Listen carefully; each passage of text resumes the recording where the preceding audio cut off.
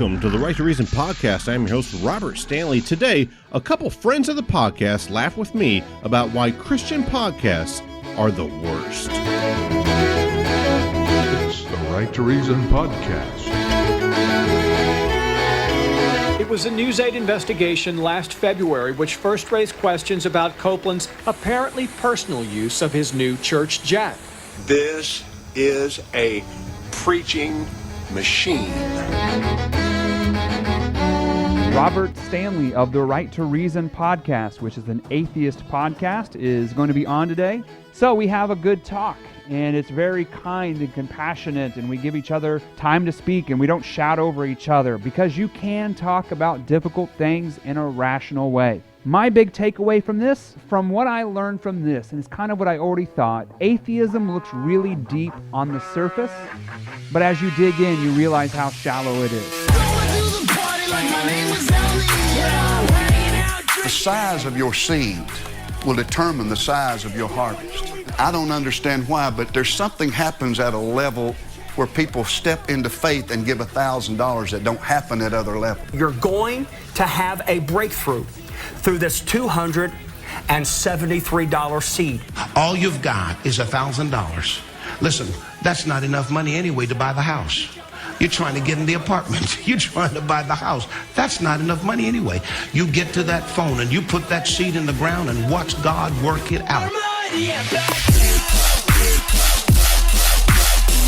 And you ask the questions, I offer them to Pastor John, and he answers them. That's how it works on the Ask Pastor John podcast. And we get a lot of questions about relationships and dating and marriage, and of course, a lot of questions about sex. In the last month, 10 questions have arrived on the question of oral sex. The question is all the same. Pastor John, is this a practice that's permissible in a Christian marriage, or is this always sinful? I had enough money to buy a beautiful Cessna Citation jet, cash. And since there's so much jealousy in this room tonight that I can feel over this, a few weeks later, I bought another one worth 3 times what that one was. Cash. Act happy over my blessing, folks. Pastor Creflo Dollar of the World Changers Church International facing harsh criticism after starting a fundraising campaign to buy this $65 million luxury private jet. If I want to believe God for a $65 million plane, you cannot stop me. You cannot stop me from dreaming. Healing, go into those knees. Arthritis, go in the name of Jesus. Tumors, go in the name of Jesus. That one calling with lupus. Lupus, you foul devil. You bow to the name of Jesus. Lupus, you bow to the name of Jesus. You go in Jesus' name.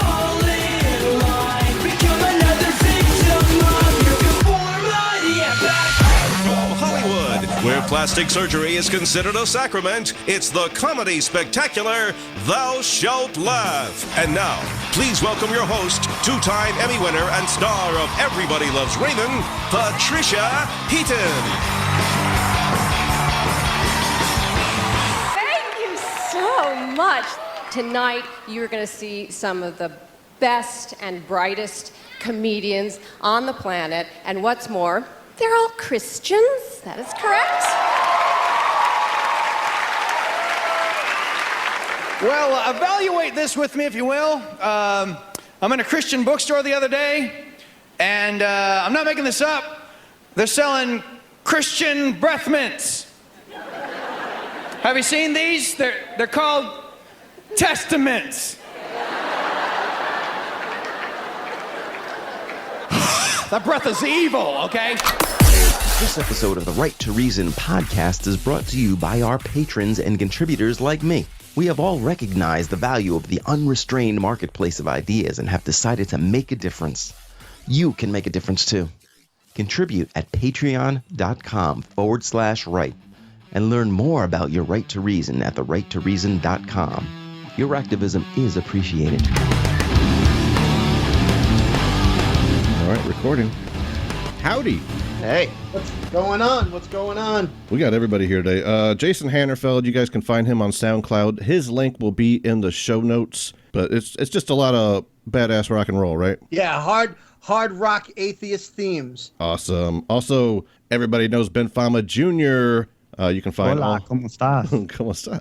We can find all his content on YouTube. Check out his video, Reasons to Believe, and also A Virus Called Fear. You've probably seen Reasons. I actually had somebody reach out to me. Oh, what was it? It was earlier this week. I was talking to somebody and trying to set them up to come on the podcast. I don't remember if it was a Christian or an atheist. You would think atheist, but I don't think it was, because I usually talk to more Christians than atheists anyway. But the guy, he said, "Oh, hey, you got to check out this video." And I'm like, "Oh, that's my friend." He's like, "What, really?" I'm like, "Yeah, dude." He's like, "Oh, that's fucking crazy." But anyway, yeah, he actually sent me a link to Reasons to Believe. But I say all that to say, if you're listening, you've seen Reasons to Believe, you totally want to check out Virus Called Fear, because that's pretty badass. Well, didn't you get in a little hot water as soon as the pandemic thing started with that name? Oh, with a virus called Fear? Yeah, because everyone's like searching for it, like searching for virus and fear on Google. Yeah. So it's like, that's cool for me. I got the algorithm going with it. So. Yeah, but you probably got a lot of conspiracy theories. Yeah, nice choice of words, bro. Yeah, smooth move. Well, he did it like, what, 5 years before this thing? Yeah, I did that in 2012. And then Reasons to Believe was in 2007, but I purposely did call it Reasons to Believe. Well, based off of reasons. But what's funny is that there's a Christian website called Reasons to Believe. So half the time people request the Facebook, they think they're going to that Christian website. I was like, nope, you're coming in. Nice. Gonna learn Welcome today. to the abyss. And check out Unapologetics. Brent Lee and his wife Nikki make an awesome couple on that, and co-hosts. Google will autocorrect for that, right? So you have to make sure it doesn't do the CS, it does X. It's with the X at the end. I know, it always does that. It's like, you probably meant this. You're like, no, I meant the X. Every time I search you out, it does that to me. It does sends me to Unapologetics, but with the different spelling. But anyway, everybody's links are in the show notes if anybody got lost during that whole thing. But thank you guys so much for joining me today. I wanted to talk about how much Christian podcasts suck. Let me play you guys something. These are, who is this? The Bible Belt Bros. These guys are horrible. Hold on one second. I'm going to start them over. They got fun music to let you know they're fun. With just a couple. Yeah, I was a little disappointed that this wasn't a Christian BDSM. Bible Belt Bros. Today we are helping you guys. Oh my God. Get dates. So Dusty and I are married, so we obviously know how to do this. Right. That does not mean anything. Just because you're married doesn't mean you. Anyway, all right. He said he literally said they're not married, right? They're married, not to each other, but they're married to Yeah, I mean, some I thought they said that they weren't married. But. Unfortunate people. In the game for quite a while, but I think we can still. No, I mean, you put Michael Jordan on a basketball court and he's still going to be able to dunk. Thanks for assuming I was a Michael Jordan of dating. No, you're a Michael Jordan. Look. Yes. They've got great chemistry. You can tell they fucking hate each other in real life. Here's our favorite Christian pickup line. I think they hate themselves. They should. Yes. They should kill themselves. What are you doing? So reading on Fox News. Okay, here comes their first pickup line. The Secret Service apparently has a new training where they can no longer yell "get down." Now they yell "Donald Duck." That's horrible. That is fucking stupid. That's not even a pickup line. He wanted to start with a joke. Yeah. Which is what they are. We're going to be the guys to help you find dates in the church. Imagine being such a douchebag that you do a comedy podcast that the funny part is you trying to be funny. You know what I mean? That is God. I mean, that's right in my wheelhouse. Actually. that's exactly. That is your life. That is. Brent's like, no, I kind of sympathize with these guys. Let's move on to the next clip, Robert. This is exactly how it's like when you watch American Idol and those people can't sing. And it's like, how did you go through your whole entire life and no one told you couldn't sing, and now you're on national television not singing? Yes. Well, that's what happens when you have Jesus. It's like Dunning-Kruger, like crazy. This guy has 58 subscribers, and he's. 57 of them are probably Nigerians. Yeah, and they're just watching to try to learn English, and they're gonna get over here and not pick up any chicks. This is what the Indian dudes are watching that just ask for Bob's and Vagine or something. Bob's and Vagine. It's not their fault. They just were listening to the wrong podcast and had no idea this doesn't work. I'm going to watch a Christian show. It's going to teach me how to pick up girls. I love it. Boobs and vagina. We're going to be the guys to help you find dates in the church. Here's our No, best you're pickup not. lines for 2020. Hey, baby, you float my arc. It sounded like he said "fuck my arc," but he said "you float my arc." But you know what? Oh. Maybe he's assuming he has an arc. Hey, baby, you float my arc. Which seems a little dirty for Christians, but they're hip Christians. Bro, you're not alone on that. When I first heard it, I was like, what the hell did he just say? That would actually work better. Like that's a good way to pick up chicks. It's just to say something offensive right off the bat, and they get like frustrated, and then you like work your way back from that. But you have their interest. Like that totally works. That's the old Patrice O'Neill bit. Like you just say something like, "I bet your pussy stink," and they'll be like, "What?" And they get all pissed off, and you're like, "Oh, come on, I'm just messing with you. I'm a little nervous. You're a very pretty girl. I probably shouldn't have said. I don't know why I said that. I'm such an idiot. Like, oh, I forgive you. Like that shit. That would work a lot better than you float my arc. That sounds creepy. Yeah. Dude, I would just love to walk into a church and just, while everybody's intently listening, getting prepared for today's sermon, just be like, there's whores in this house! And just have that shit echo around the whole church, man. Oh my God. The face melting that would ensue. I don't even know why you would do that. Like, I don't get the joke. I mean, it's funny. It's a funny idea. But the awkwardness would be funny afterwards, yes. That's true. That's true. You have a 50-50 chance of turning somebody on with your braveness. Do you remember when you were a Christian and like you would go to church and some chick would be dressed like real sexy and like you would just stare at her the whole time? It'd make it sexier, like a fart in a funeral, where it's like, not that that's sexy, but it's like it makes it funnier at a funeral. You know what I mean? Like, and you just be like, man, I bet she is such a whore. Dude, that would be my first pickup line. If you see the sexy dressed chick at church, don't walk up to her and say you float my arc. Say like, hey, you want to get the fuck out of here and sin? That would work. That would probably work. All right, I'm gonna do the next one. You have a pretty good chance of her going, yeah. Maybe. Say that to the pastor's kid. Okay, we'll get out a green check. All right, Andrew. Yeah? Well, I'm not saying these to you. I'm saying these to you. I'm not trying to... Whoa. No. Whoa, we gotta... Yeah, it can't be, that would come off as gay at all. Last night I was reading the book of Numbers. Yeah, they're obviously still unsure. Right. That's why they both got uncomfortable when he said it. They were both like, let's make this into a joke quick before we think about this. I'm not saying it like right now. I know I've said it before, but... Right, exactly. They both have beards. Any one of them could be a fuckface. For sure. All right, here's the other guy's awesome pickup line. So, hey, baby. Last night I was reading the book of Numbers and realized I don't have yours. Oh, my God. Oh, because the book is the same. Yeah, and he just did the finger guns, and his buddy's like nodding like, hell yeah. Like, pow, motherfucker. Like the first one, they were like making fun of themselves almost, but like this one, he actually thinks that's a good pickup line. He sounds like the type of guy that would look in the mirror and point and click, and wink. Exactly. Hey, looking good, buddy. I do that. That's a cool thing to do. Thou shalt not I don't think that would work in a Baptist church, man. The chick would be like, "You damn right you don't got my motherfucking number." Yeah, Baptist chicks go hard. Yeah, they do. You got to get them Pentecostals. They'll suck dick. Yeah. That's just as bad as rolling up on some chick and going, "The Lord's not coming, but you can." That's pretty good. That's like wasn't that more atheist though? Yeah. But that's what I'm saying. Atheist pickup lines are way easier. Yeah. So we got all the religions to play with.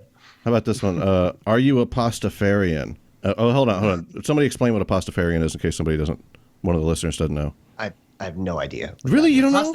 A Pastafarian is the people who believe in the spaghetti god. Oh, that's right. The flying okay, spaghetti yeah. monster. All right. Yeah, as a mock of God. And he likes to diddle you with his noodly appendage. His noodly appendage. Yes. Okay. I have heard of this. If there is people that are listening don't know what it is, it's basically a mockery of religion. So they treat it as a religion. They don't really believe in it, but they walk around with the noodle shit on their heads, and I think it's hilarious. The spaghetti strainers. You can actually put a spaghetti strainer on your head and have your license picture taken. Yeah, because it's your religion. That's all you have to say. Yeah, I've seen a lot of photos like that online. Yeah, it's awesome. That was my joke. As if you ask a chick, "Are you a pastafarian?" and she says, "Why?" and you say, "Because I want to touch you with my noodly appendage." That's an atheist pickup line. How about this one? Nice jeans. Want to go half in on a baby? I don't know why that's atheist. I guess because the selfish gene in Dawkins, maybe. Yeah, but I'm guessing. I don't know. Are you a goddess? Because you look unreal. Oh, that's horrible. Wow. That's as bad as one of theirs. I'm calling the shit tits right there. That is as bad as one of the Christian ones. Or you could say, "Let's fuck like God's not watching." That's pretty cool. That's a cool thing to say. Yeah, God's not watching. Because it's the shock factor. Like, Yes, yeah, it's got the shock. It's a little rapey. Yeah. It comes off a little rapey. You don't want to shouldn't be the first thing you say to somebody. Not wait till you get to know them a little, maybe. All right, I'm done with these guys. Here's one. This one's equally. Wait a minute. Uh-huh. I have the ultimate pickup line. All right. And this will work in a Christian church or in an atheist, get together. Did it hurt when you listened to the Right to Reason podcast, motherfucker? Yeah. I'll take it. I'll take it. But wait, I think the best one is this one, guys. Don't forget this one. I big bang long time. I don't know how that. That was it. Oh, you're done. Got it. No, okay. Jason, you're my favorite guest ever. Hey, I'm hung like Jesus. Oh shit, that's the best one. Good. Oh, I might not be Jesus, but you can still nail me. Nice. That's better. That is not bad. Brent, on the fly. Everybody's offered one. You got to just make one up right now. Go. Did it hurt you? I can't. No. You started the one he said. I didn't prepare for that. Actually, I got a story about that. I missed the memo on the. So there was. I'm not good at pickup lines. There was this. Don't worry, I'm saving you. There was this dude that at my church when I was going to church, and my dad was a preacher, and I was little, and he was like a missionary guy, and he would say comments like that. He would say, "Did it hurt?" And you'd say, "What?" And he says, "When you fell from heaven." Like he would say that to like everybody. He said it to me, and I was a kid, which is a little creepy. But anyway, I remember he had this one where he would say, "Did it hurt?" And you go, "Oh, here he goes, Pastor Billy," and then he stuck his thumb up my ass. But anyway, but he says, "Did it?" But Catholic. I laugh because that lets the pain out. But I was Catholic. I went to a Catholic church. If you heard pickup lines, there was a problem. Yes. But anyway, so he says, "Did it hurt?" And you're like, "What?" And he says, "When you had the plastic surgery, because your face is so perfect." And you're like, "Oh, you got me." Haha. So okay, so we're candidating. We're candidating, which if you don't know, it's just like politics. I used to call it pastoral politics because the pastor goes and candidates at different churches and tries to get the highest salary. And if it's it's a nice area. I mean, he's got a family to take care of, but still, it's like politics. But anyway, so we're candidating at this one church, and I go up to the deacon's wife, and I try to like do the same line, and I say, "Did it hurt?" And she said, "What?" I'm like, "The plastic surgery." And that's where I stopped. I didn't even do it right. And this poor, unfortunate old woman is so offended, and she looks at me and says, "Yes, I didn't think anyone could tell. It did hurt when I went through the windshield of that car. She literally says this, "It cut my face up like hamburger meat." And we just stood there staring at each other for a solid 30 seconds. It was so uncomfortable. God, that's like something that would happen in a sitcom. Yes. But that a sitcom moment. It was just, I had nothing to say. Like, I couldn't even tell she had plastic surgery. They did a great job. But for the rest of her life, she's going to be self-conscious. Like, how the fuck did that kid know? That kid, I am a monster. That little son of a bitch bastard came up to me, and do you know what he said?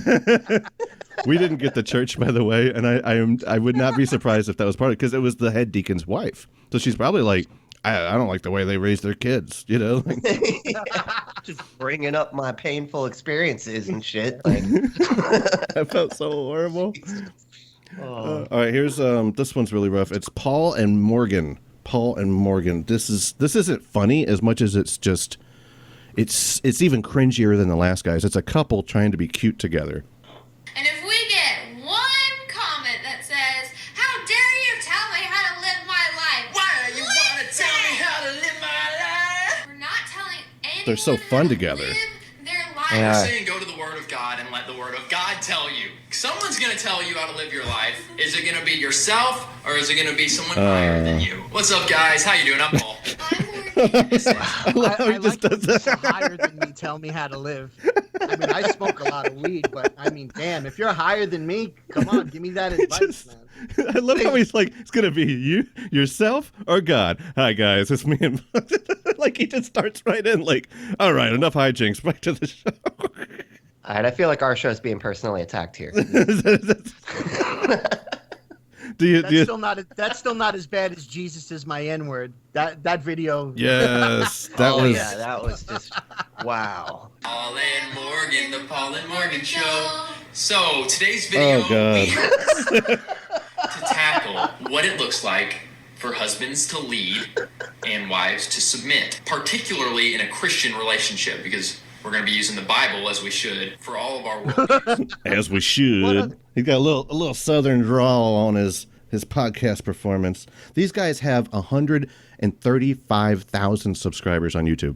It is an incredibly successful. This video alone, 50,000. They must have the bar set so low. You know, yeah. It's a Christian everything has just the bar set and like such a low. You know, it's like they're playing the limbo with the fucking bar. Jesus I'm going to fast forward a little bit. And you can tell just by listening to their voices, how they talk. They're saying, wives, submit to your husbands, and just because that's what the Bible says, and, you know, it's a fucking patriarchal whole system and all that. But you can tell this dude is her bitch. You know, he is such, like, the cuckoldry level in his voice is just insane. He begs to eat her pussy, and sometimes she lets him. And the husband but it still shouldn't take away from the wife maintaining a posture of, husband, you're submitted before God. You're going to have to give He said you can voice your opinion, but. Oh, I am so going to tell that to my wife. I'm going to be like, look, you can voice your opinion, but. But shut the fuck up. That's what I'm telling you. Yeah. But honey, why do you have a headache every night? Yeah.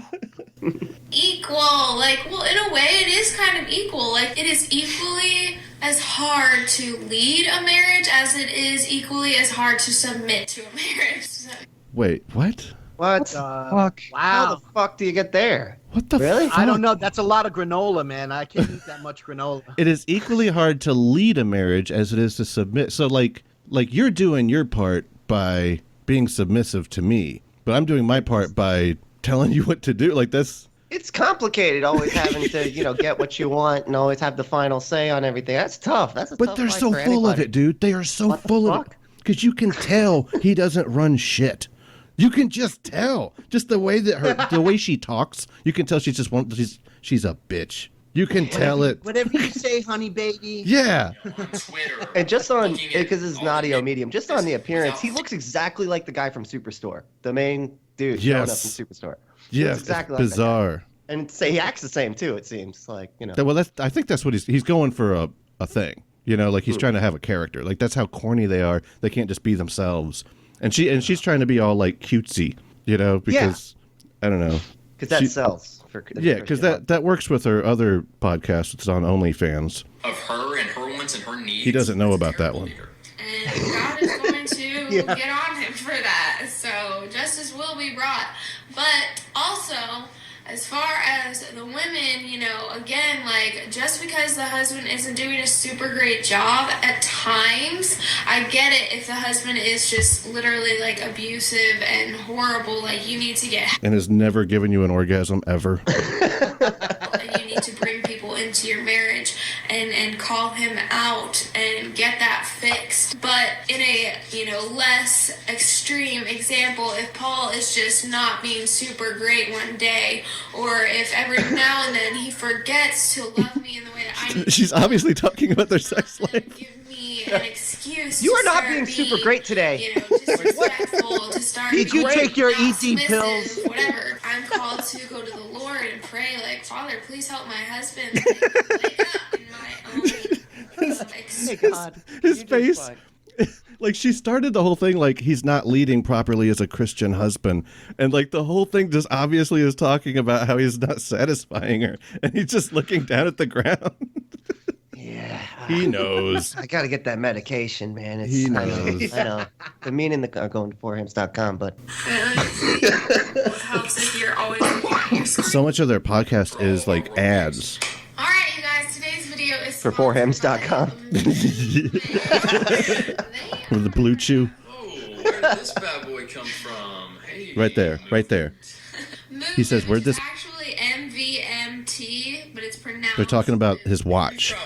And that's the other thing. Through just like skipping through their podcast, I realized like half their videos are just ads for whatever thing they're plugging. It's it's that old cliche of the church is just really trying to get your money, and now it's on social media and everybody's doing it. Yeah. The Christian related products out there are just ridiculous at this point. And again, with the quality bar, is that it doesn't matter if you're in a fucking bathroom or not, apparently. What's happening here? Yeah, I think they are in their bathroom. Let's work together. And I was like, Very timely. Very timely. Yes, very cool. So Yeah, somebody probably told them that recording in the bathroom, best spot ever. Dallas stuff. And if you got a shit, you could do it right there. We can't blame her. He's the one leading. Exactly. That's all his thing. I'm gonna lead my man right to those good decisions. We're gonna have a podcast in the bathroom, babe. Okay. You want to see my dick?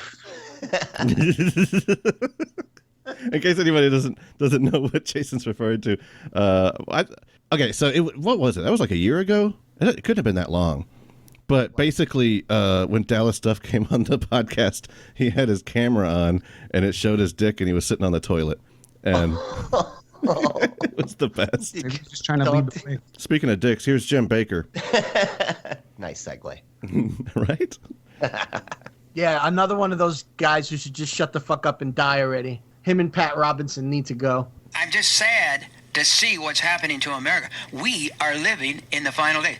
And if we go the wrong direction, America is through. That's right. America is through. Yeah. But you have to use a check. Yes. Your products are going to come to you. A what? A check? Every one of them will come to you. Come right to your house. And if we can't, we are going to refund. I will sell the buildings, parts of the buildings. I love how he's... I will sell parts of the buildings. I'm not going to sell the buildings, but there's that one spot I was going to sell anyway.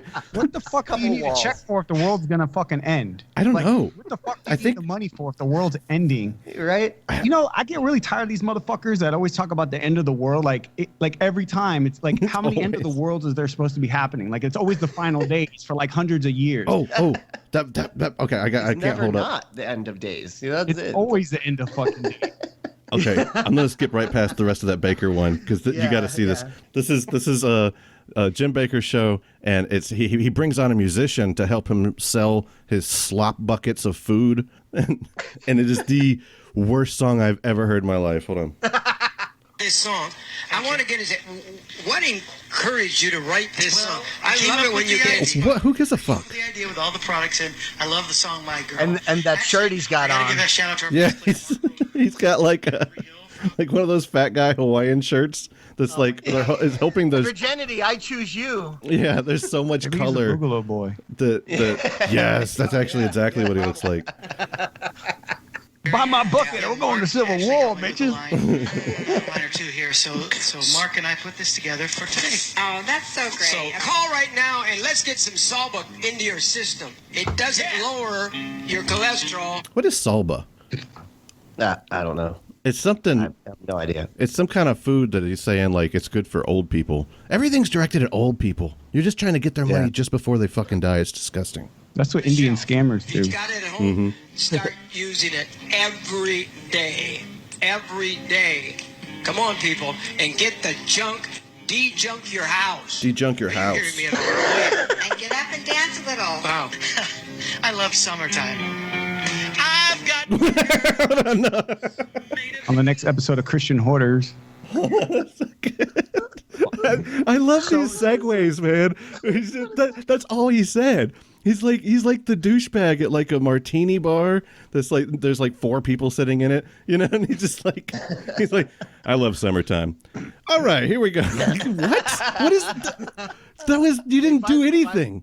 Trying to find By common the way, ground here. soba is the Japanese name for buckwheat. Oh, okay. All right. They usually make it into a noodle. Thanks, Jason. You're welcome. Knowledge is power, bitches. The whole conversation, we're like laughing about his segue, and the whole thing just. I think that's good. I'll be the contrast. That's what we need you. Oh, yeah. And get up and dance a little. Wow. I love summertime. I've got burgers made of beans. They're never fried. Burgers made of beans. Salsa chips and salsa to keep me warm way deep inside. Oh yeah, I guess you'd say Jim and Lori help me be prepared to. Oh my God! Wow. For end times. I'm talking about end times. It's not good. The word is end times, you jackass. That guy's gonna get. That's the only end time that's coming. Like that's a great way to prove Jesus like exists. Like Jesus, please just end this shit right now. Yes. You can prove that right now. Just end all this shit right now. Kill him. Take him home. I feel like Jim Baker leans over right then and it's like, this is the last time I'm letting one of your drug addict nephews on. Prepare today for end times. Oh, these end times. He's so happy. End times. Oh, I gotta do that again. It's all ending. This is great. Yeah, I swear to God, if that song gets stuck in my head, I'm never coming on this fucking podcast. Hold on, I gotta do that part where it goes, end times. For end time. Everybody together. Oh, talking about end times. End times. That'd be balls, son. Great song, Captain. That was so good. They sound like they're saying, like, they sound like he was just doing a magic show as a toddler at their Thanksgiving. Great job, man. What? Like a jingle for prepping. Oh my, yeah. Why? Jesus gave him 3 nails down, man. You know what's funny? That I'm actually starting to become a prepper myself, actually. Really? This whole pandemic thing kind of fucked with you? Like that with bird idea at this point. I don't know that up. Huh? He's saying that's a pretty good idea right now. It is. Yeah. It's actually a really good idea right now. Especially Got with a songs dictator like taking that. over, so. Do you guys ever feel like sometimes, like even with just, like listening to the like what we're listening to and just like everything going on in the world, you're like, what the fuck happened to us as human beings? Right. Like, how did we devolve into such like what I love about science is like it taught us how we've evolved through millions of years, and then I'm like, how the fuck did we ever make it out of the jungle? Right. There's just so fucking many of us, and we fuck so often. But I mean, even 10 years ago, it wasn't this fucking stupid. And like every day, there's some like our president of the United States is a fucking idiot, and you got like shit like this, and it's always the same group of people too. It's always the same group of Christian conservatives. They just say dumb fucking shit, and I'm like, I'm prepping for the end of the world. I'm not kidding. Like, fucking we're fucking. Something's got to go down. I get it. Yeah, I get it. You know, Ignorance is bliss, as the saying goes. And if people can sit up here and say this type of shit and have like hundreds of thousands of people nodding along, like, yeah, that's true. That stuff's yeah. Like, yeah, that's terrifying. It's like every country. It's the religious groups in every country that are holding it back every time. It is. But I mean, at the same time, you got to say it's also the religious groups that have progressed humanity, at least in the older days. You know, if not for Christianity or at least Western civilization as we know it, would we be where we are now? No, I think we'd be We'd be way ahead. Yeah, because look at the Dark Ages, man. The Dark Ages is a perfect example of why you don't let Christianity and religion run your fucking governments and your societies. And I honestly believe we're heading to another Dark Age right now at this rate. Like, no joke. I think that's where we're happening. And it's all being ushered in by these stupid fucking YouTube videos. Yeah, it definitely is something where it's like, you know, I feel like this type of thought process is a roadblock for any kind of progress. I feel like it is now, like post-Enlightenment. But I don't feel like the Enlightenment would have even happened. Like, you know what I mean? Like, if there was more thought, like if they hadn't broken out of that thought process, the Enlightenment wouldn't have happened. You know what I mean? Like, it took people to go against that thought process. I don't have that much confidence in people. Like, I feel like there is there is a certain group of people that really need that shit. And yes, they hold the rest of us back. I think of the fact that we are able to live without God as a privilege. There's a guy that comes on the podcast all the time named Kelly. And oh my God, is that the guy that I debate him every time on your damn forum. Everybody thinks you gotta bring him on here, man. Really, like, I want to debate that motherfucker. Oh, he's frustrating, man. He's frustrating as fuck. No, he ain't debated me. I'll tell you, fuck frustrating, bitch. Watch. No, yeah, you'd probably be better than me. I'm too nice about it. Like, when did you debate him? Fucking nice. Bring his ass on here. Brent, you hear me, Kelly? I'm waiting for your bitch ass right here on the Right to Reason podcast. Do it, man. I'll back you up. Is that the guy that like you have to be like miserable in your life? Is that's your whole entire reason why you've abandoned religion? No, but what I was gonna say, and I actually wasn't gonna say this as a joke, but then as soon as I said his name, I heard Brent just go, "Ugh," like it ruined my whole point. I was making a serious point, but like he became a Christian after he lost a loved one, right? And people like that, I wouldn't want them to not be Christian, you know. But then he's also the religious right. He's also we support Trump, even though he violates everything in our Bible, you know. But like, he's that typical person. So it's kind of. But that's the problem, real quick. And I just want to interject for a second. The problem is with a lot of these belief systems is a lot of times people have these like tragedies or these events happen in life, like a divorce or loss of a loved one, which you know, that's a normal grieving process. But oftentimes they fall for these like belief systems that cause harm in society. It's the same thing with like cults. You know, it doesn't even have to be religion. Like, people like join cults when they're desperate. And the reason why that's important too is that's also how you fall into ideology. Look at what happened in Nazi Germany. These people were in a desperate situation. They wanted to believe in something, and they fell for what Adolf Hitler was saying. So I understand people's, you know, grief. I'm not trying to take that away. But the consequences of these people believing this shit and doing this shit is what's causing all this shit, and it's causing more harm and grief for other fucking people right now. Yeah, you know, we can't just sit here and be like, and this is the problem with skeptics that I have personally, is I think we assume people are rational, and I realize, I mean, we are to some extent, but it actually takes work. It's like bodybuilding or doing anything. It's a skill set you have to fucking have. You're not just fucking rational like off the bat. You're emotional before you are rational. And the problem is now everyone's becoming emotional. And I don't think we can change people's minds in a state of complete emotional bullshit right now. Yeah, that's exactly the point right there, is that they use emotions like that to manipulate you to go, hey, but this is true over here, and it'll make you feel a little better. Like, skepticism is full of uncomfortable truths, but they're truths. I'm sorry. Like, I hate to say it, but like, yeah, you can think that somebody's going to somewhere forever so that you can go see them when you die, but that's probably not the case, you know? I'm sorry, you know? And it sucks that we can't really give the comfort that religion gives, but we give truth, you know? Sorry, but hey, it's just like, let's celebrate their fucking life. Goddamn, I mean, how many times have we us as skeptics have had conversations, rational conversations, both heated and non-heated, right? Like, just trying to be, you know, both like civil to somebody and then also being like, fuck off, right?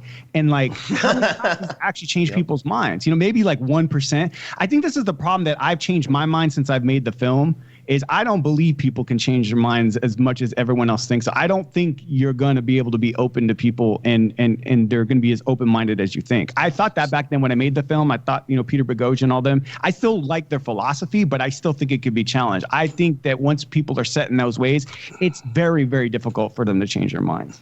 It is, but I was very set in my ways, and I changed mine. So, I mean, I get what you're saying. It is very difficult, but it happens. It does happen. Well, I see. I agree with you there, too. I mean, I totally changed my mind. If I learned anything at all in the past, 15 years now, it's like, oh, okay. I didn't really believe in God all that much, and I thought, well, that's a price I'll pay at the end of life. But now it's just like, hey, dude, I can't even imagine why I wasted so much time on it. Why my parents wasted so much time on it. But why do you guys think you changed your minds? Why do you guys think you changed your minds? Because I had absolutely no reason to change my mind. I wasn't in a position where I was being forced to either follow religion or abandon it. I listened, I learned, I watched, I read, and the decision that I made is I can no longer support that a God exists and accept as an ideal idea in the minds that think it, period. That's the end of the conversation for me. I was always skeptical. Even when I was a kid, I was like, I wanted to be a preacher and I believed in God and all that. And I prayed all the time and asked forgiveness every time I jerked off. I felt so horrible. Me too. Yeah, wow, you must have said that a lot, Rob. Oh yeah. Twice a day. But I would fuck the couch. Like before I did a pillow. Well, everybody had theirs. Like more. Like Louis C.K.'s joke is like, before you figure out how to jack off and you first get hard, like his thing was said he would put his boner into the refrigerator where like the rubber seal kind of like presses on it and it's cold. Oh God. But mine was my mom had this really nice couch and she doesn't know and she never will, and obviously she didn't listen to this podcast. But what's your mom's number? Back off, motherfucker. But anyway, my son Robert. But I would go and like it was just like perfect cushioning on the armrest, and I would just slide my dick on it for hours. Well, I learned a horrible lesson one day thinking that the central vacuuming unit in my house was going to do me good. Yeah, It did me dirty. Wow. It was all fun and games until my balls got sucked into it. Oh, shit. Did it really have that much suction? Like to... Oh, dude. Oh, my God. I used to install those things. Yeah, they got suction. Jesus. Oh, yeah. Oh, yeah. But long story short, I was always a little skeptical. Like, things just didn't make sense. Like, the whole sin, you're being held accountable for your behavior and whether or not you believe. But, obviously some people's behavior is based on their brains and they're just different. And whether or not you believe is just based on whether you got the information in the first place. And like, just there was so many things that just were like, this isn't adding up. Hell didn't make sense. That was my final one. Well, it's like a college application. They take multiple facets from your life, and that's how they decide. But no, I'm just kidding. I don't know.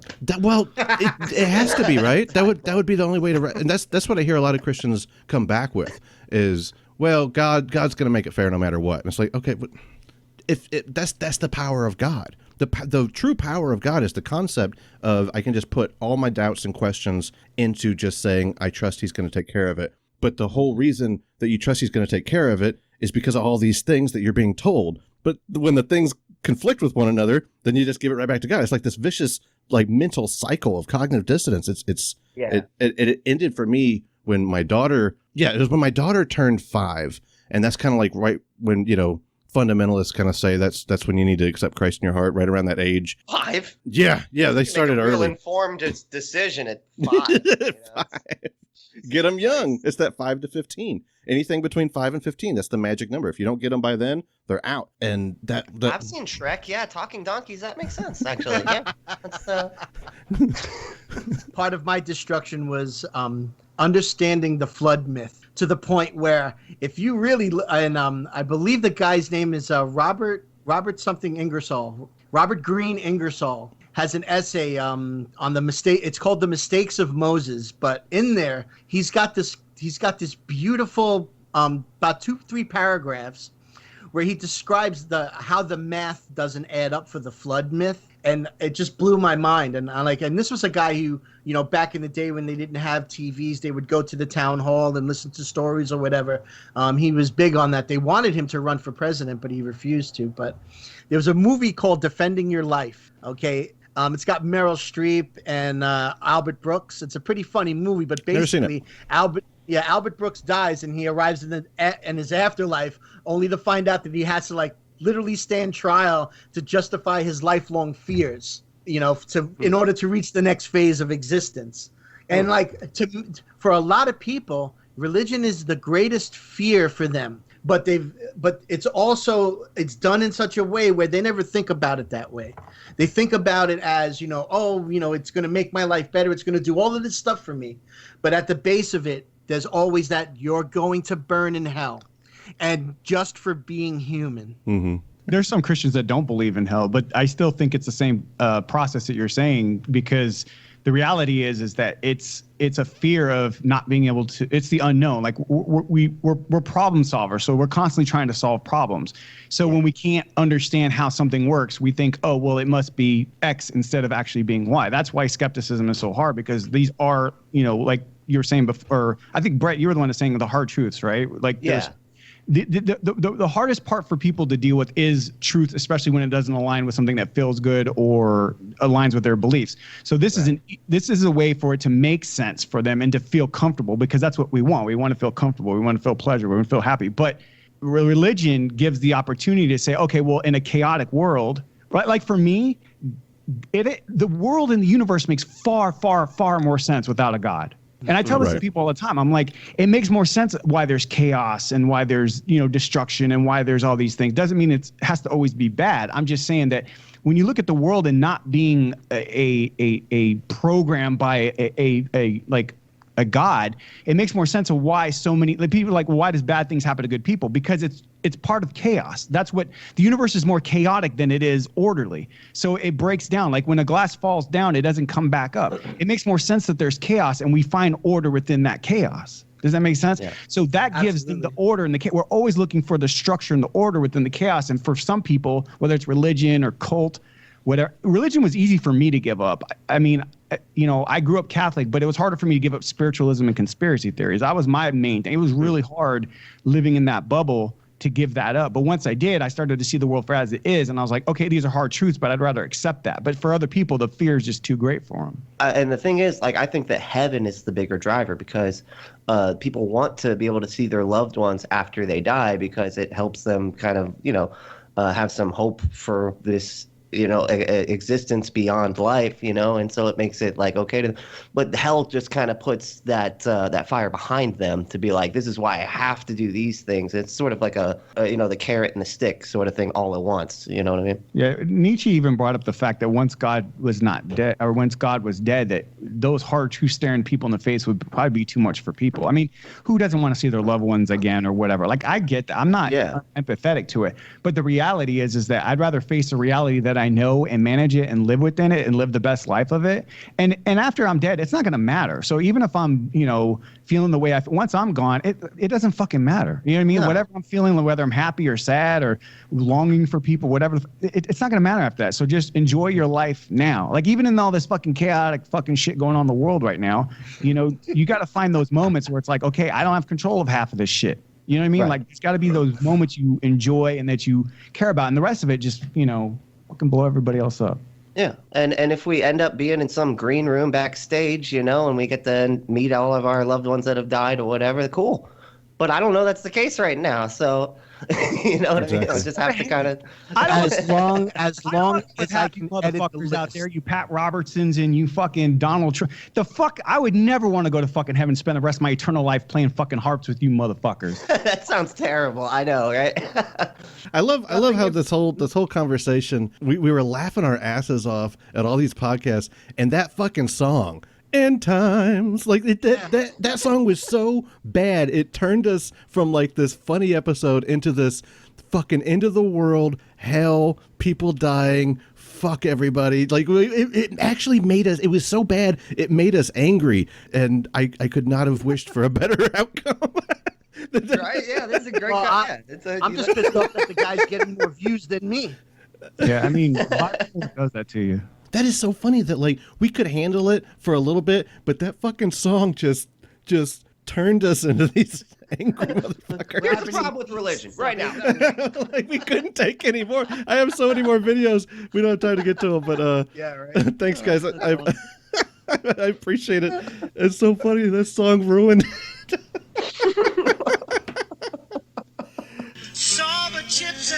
Guys, thanks so much for coming on the podcast today.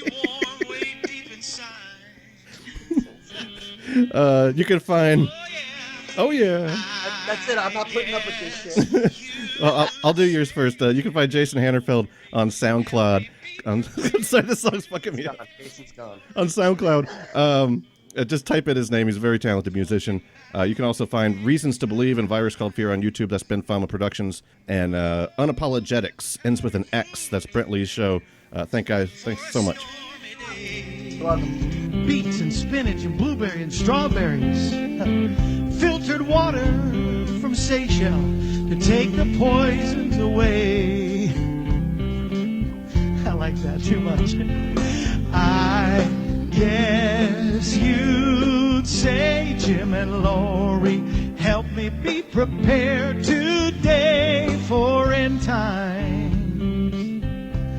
Oh, these end times, end times. Thank you to Ben, Brent, and Jason. Thank you to Dave Blair at DaveBlairMusic.com. Thank you to Feedspot.com for promoting the Right to Reason to the top 10 atheist podcasts. Thank you to our patrons. You can support this broadcast at patreon.com/right and learn more at therighttoreason.com. Next week, we're talking economics, and we'll learn about modern monetary theory from Stephen Grubbine. Between now and then, remember that you have the right to reason.